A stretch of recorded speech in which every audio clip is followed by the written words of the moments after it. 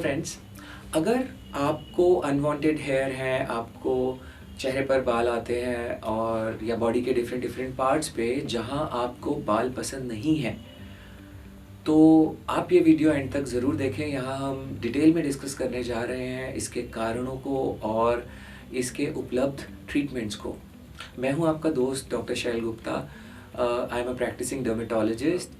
तो अपने इस चैनल पर हम लोग स्किन से संबंधित काफ़ी सारी यूज़फुल टिप्स इन्फॉर्मेशन आपको देते रहते हैं, जो कि स्किन की बीमारियों से रिलेटेड हो सकती है, कॉस्मेटिक प्रॉब्लम से रिलेटेड हो सकती है और लेज़र ट्रीटमेंट्स या दूसरे ट्रीटमेंट से संबंधित हो सकती है। यदि आप भी किसी चीज़ के बारे में जानना चाहते हैं, डिटेल इन्फॉर्मेशन चाहते हैं, तो आप कमेंट सेक्शन में लिखिए या हमें दिए गए नंबर पे कांटेक्ट कीजिए। हम ज़रूर कोशिश करेंगे आप तक वो इन्फॉर्मेशन पहुंचाने की।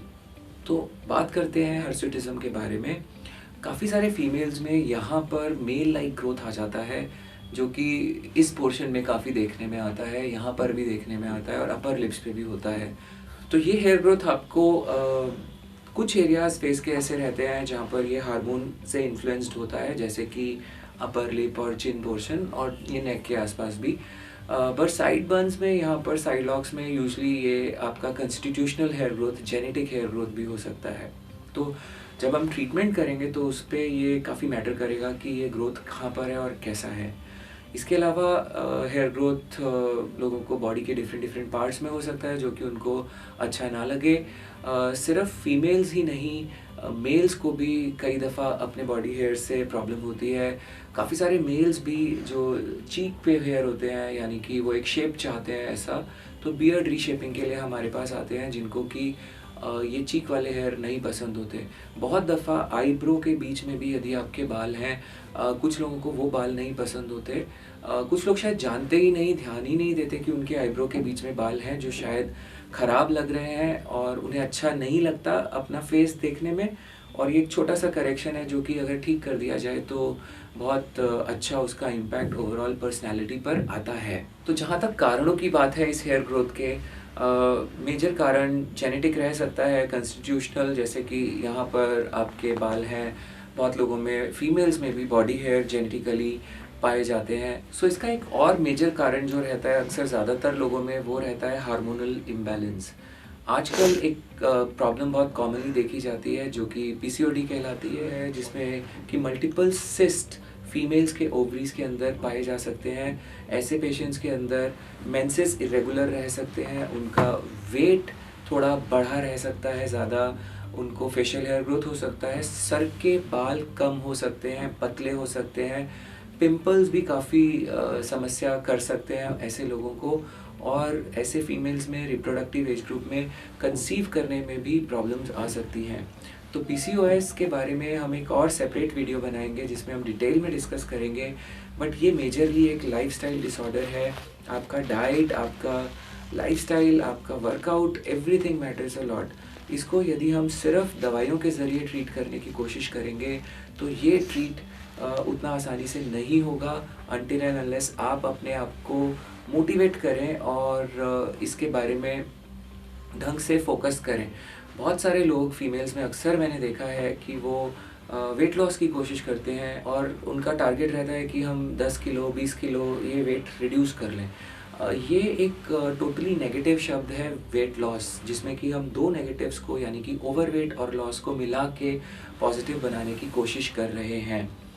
The correct word should be achieving fitness, which is made up of two powerful words, achieving fitness.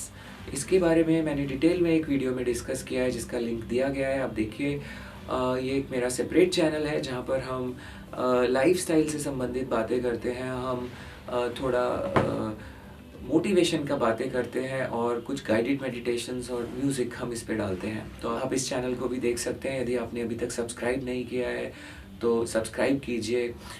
वापस आते हैं, हार्मोनल इम्बैलेंस के लिए कुछ इन्वेस्टिगेशंस होते हैं, जैसे कि अल्ट्रासाउंड है। और एक और चीज़ भी देखी जाती है, इंसुलिन लेवल भी ऐसे पेशेंट्स में बढ़ जाते हैं, यानी कि उनकी पेरिफेरल इंसुलिन रेजिस्टेंस बन जाती है। बॉडी में इंसुलिन ग्लूकोज को मेटाबोलाइज करता है और यदि इंसुलिन इफ़ेक्टिवली अपना काम ना करे उसके प्रति रेजिस्टेंस हो, तो बॉडी को ज़्यादा मात्रा में इंसुलिन सिक्रीट करना पड़ता है और उसके वजह से शरीर में इंसुलिन के लेवल बढ़ जाते हैं। ऐसे लोग आगे चलकर डायबिटीज़ के लिए भी प्रोन रहते हैं। इंसुलिन का बढ़ने का मतलब डायबिटीज़ नहीं है, बट हाँ, ये डिपोज़ एग्जॉस्ट हो जाते हैं और जिसकी वजह से ये चांसेस रहते हैं। तो ये भी कभी कभी आपका पहला टेस्ट होता है जो कि थोड़ा सा ख़राब आपको पहले मालूम पड़ता है। इसके अलावा सेकेंड डे ऑफ पीरियड्स पे कुछ इन्वेस्टिगेशंस कराए जाते हैं। बैटरी ऑफ इन्वेस्टिगेशंस है जिसमें कि LH, FSH, इसका रेशियो डिस्टॉर्ट हो जाता है। इसके अलावा DHEA लेवल होता है, टेस्टोस्टेरोन लेवल होता है, प्रोलैक्टिन लेवल होता है। ये भी इन्वेस्टिगेशंस मदद करते हैं जानने में कि इसका कॉज क्या है। पर बहुत दफ़ा ज़रूरी नहीं है कि ये सारे सिम्टम्स आपको एक साथ आएँ। ये हो सकता है कि कुछ सिम्टम्स आपको पहले आ रहे हैं और कुछ सिम्टम्स आपको बाद में। बहुत दफ़ा ये भी हो सकता है कि आपके ब्लड इन्वेस्टिगेशंस, आपका अल्ट्रासाउंड बिल्कुल नॉर्मल आए पर उसके बावजूद भी आपको प्रॉब्लम हो।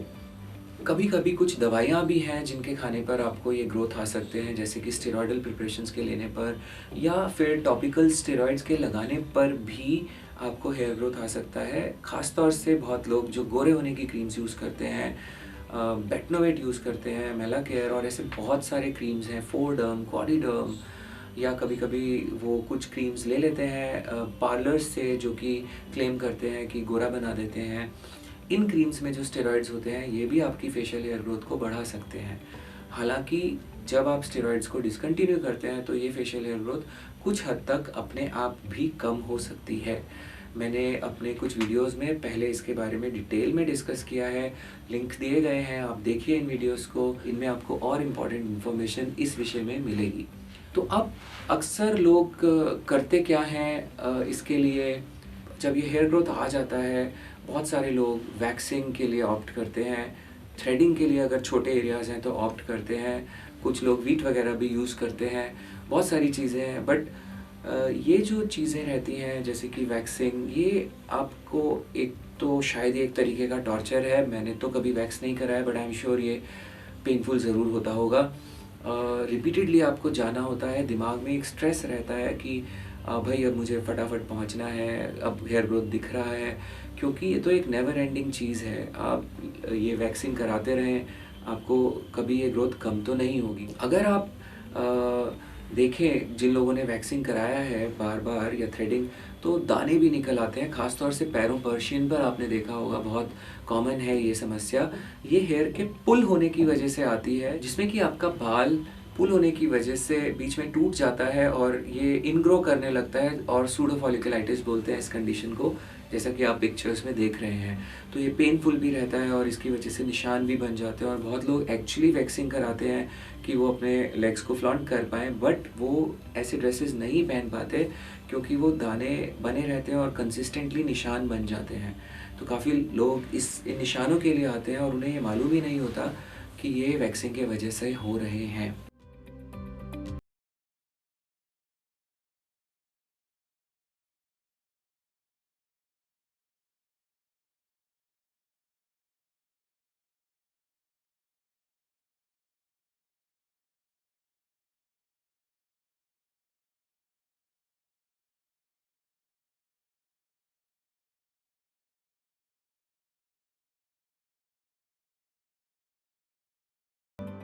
इसका मोस्ट इफ़ेक्टिव सॉल्यूशन क्या है? सबसे इम्पॉर्टेंट है कि आप अपना हार्मोनल प्रोफाइल कराएँ, एक डर्मेटोलॉजिस्ट को मिलें जो आपके इन्वेस्टिगेशंस कराएँगे, हिस्ट्री लेंगे, पता चलेगा कि प्रॉब्लम क्या है। लेज़र हेयर रिडक्शन बहुत ही इम्पॉर्टेंट और बहुत ही इफ़ेक्टिव तरीका है इसका करने का। And over a period of time, जैसे मैंने अपने बहुत सारे सालों की प्रैक्टिस में देखा कि टेक्नोलॉजी बहुत इम्प्रूव कर चुकी है। अब लेज़र काफ़ी ज़्यादा इफ़ेक्टिव है, हम काफ़ी सारे बालों को टारगेट कर सकते हैं और इवन थोड़े थिन हेयर को भी अब हम रिड्यूस कर सकते हैं। तो काफ़ी सारे लोग ये जानना चाहते होंगे कि लेज़र टेक्नोलॉजी काम कैसे करती है हेयर पर।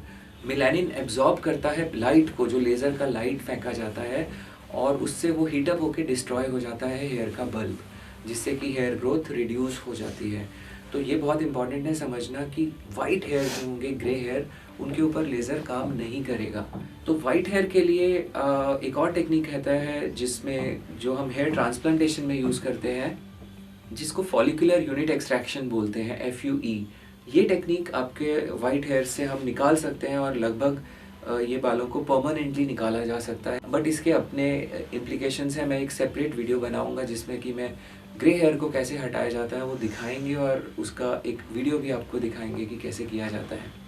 खैर, अब हम बात करते हैं लेज़र की। तो लेज़र के जनरली सेशंस करने होते हैं, रिपीटेड सेशंस की ज़रूरत होती है।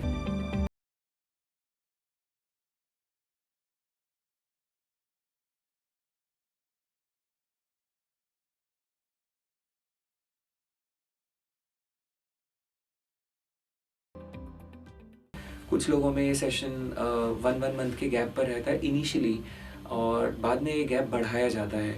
लगभग 6-7 सेशंस आपको ज़रूर चाहिए होंगे। और जो करेक्ट वर्ड है वो है laser hair reduction, not removal.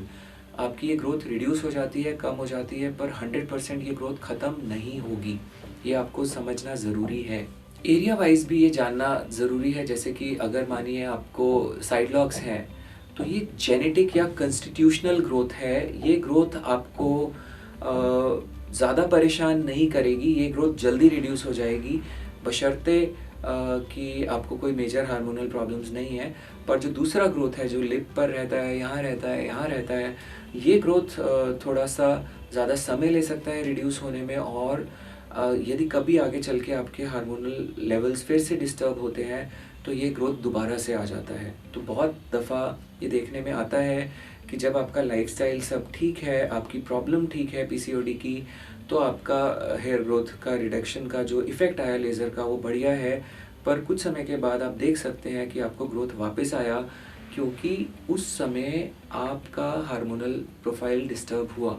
ये ग्रोथ का नए एरियाज़ में आना या ग्रोथ का वापस से बढ़ना लेज़र के वजह से नहीं होता। बहुत सारे लोग ये सोचते हैं कि हमने लेज़र कराया बट नए एरिया में ग्रोथ आया, बट वो ऐसा नहीं है। लेज़र आपको नई ग्रोथ नहीं उगाता है। ड्यूरेशन भी इम्पॉर्टेंट है कुछ एरिया वाइज, बॉडी के डिफरेंट पार्ट्स में। जैसे कि अगर हम लेग्स पे कर रहे हैं या अंडर आर्म्स पे कर रहे हैं तो आपको बहुत कम फ्रीक्वेंटली ये कराने होंगे सेशंस, गैप ज़्यादा लंबा रहेगा। तो ये सारी चीज़ें आप अपने डर्मेटोलॉजिस्ट से डिस्कस कर सकते हैं। टेक्नोलॉजी कौन कौन से हैं लेज़र के लिए जो कि हम यूज़ करते हैं। गोल्ड स्टैंडर्ड टेक्नोलॉजी जो है वो है डायोड। डायोड लेज़र एक बहुत ही प्रिसाइज लेज़र है जो हेयर ग्रोथ को रिड्यूस करता है। इसमें स्टैम्पिंग मोड भी रहता है और कंटिन्यूस रनिंग मोड भी रहता है, जिसको कि पेन फ्री हेयर रिमूवल बोलते हैं, जो कि काफ़ी इफ़ेक्टिव है और पेशेंट को ज़्यादा पता नहीं चलता। मैंने खुद अपने अंडर आर्म्स में ये लेज़र हेयर रिडक्शन लिया है and it is very very effective. इसके अलावा यदि हम बात करें दूसरी टेक्नोलॉजी और क्या है, एक और लेज़र है जिसको बोलते हैं anti egg long pulse laser. ये भी हेयर ग्रोथ में रिडक्शन करने में मदद करता है और काफ़ी इफ़ेक्टिव रहता है। ख़ासतौर से जब थोड़ा डार्कर स्किन टाइप है तब ये लेज़र थोड़ा और यूज़फुल रहता है। ख़ासतौर से अगर अफ्रीकन पेशेंट्स हैं, ग्रेड 6 वाले पेशेंट्स हैं जिनका कलर काफ़ी डार्क है, तो ये एक सेफ़ ऑप्शन रहता है ऐसे लोगों में। इसके अलावा एक IPL है, इंटेंस पल्स लाइट। ये एक मल्टी प्लेटफॉर्म मशीन रहता है जिसके और भी कई तरह के इंडिकेशंस हैं। ये भी काफ़ी इफ़ेक्टिव रहता है। फाइन हेयर को रिडक्शन के लिए भी एक जैसे टेक्निक रहता है। कुछ लोग जो स्ट्रॉन्गर लेज़र्स की तरफ नहीं जाना चाहते और जिनके फाइन हेयर हैं, जिन पे कि ये वाली लेज़र उतना काम नहीं करते, तो लेज़र ब्लीच भी एक टेक्निक है जिसमें कि Q switch anti egg laser use करते हैं, जो कि स्किन पे काफ़ी कलर टोन आपका साफ़ कर देता है और हेयर में ब्लीचिंग इफ़ेक्ट भी दे देता है। तो बिना किसी डाउन टाइम के आपका स्किन साफ़ दिखता है और हेयर फ्री दिखता है। आपको कुछ मेंटेनेंस सेशंस की भी ज़रूरत पड़ सकती है depending upon area. Body hairs में जनरली बहुत ज़्यादा मेंटेनेंस सेशंस नहीं चाहिए होते। फेशियल हेयर में ज़रूर कुछ मेंटेनेंस सेशंस आपको मे बी 1 in 6 months और मे बी 1 in 8 months चाहिए हों। तो लेज़र हेयर रिडक्शन एक बहुत इफ़ेक्टिव और सेफ ट्रीटमेंट है, पर आपको कंसल्ट करना चाहिए अपने डर्मेटोलॉजिस्ट को यदि आप हेयर ग्रोथ देख रहे हैं excessive. Hormonal imbalance has to be found out and treated. तो अगर आपको इस बारे में कुछ और इन्फॉर्मेशन जाननी हो तो आप हमें कमेंट सेक्शन में पूछ सकते हैं। आप दिए गए नंबर्स पे हमें व्हाट्सएप कर सकते हैं या कॉल कर सकते हैं। यदि आप कुछ और सवाल जानना चाहते हैं तो पूछिए। आप यदि चाहते हैं कि नए किसी और टॉपिक पे मैं बोलूं तो आप वो भी रिक्वेस्ट भेज सकते हैं। हमें खुशी मिलेगी आपके सभी सवालों के जवाब देकर। हमारा वीडियो आखिर तक देखने के लिए शुक्रिया। अगर आपने हमारा चैनल अभी तक सब्सक्राइब नहीं किया है तो आप उसे अभी सब्सक्राइब कीजिए और बेल आइकन को प्रेस करना बिल्कुल मत भूलिएगा नए नोटिफिकेशंस को पाने के लिए। Thank you, love yourself, stay blessed.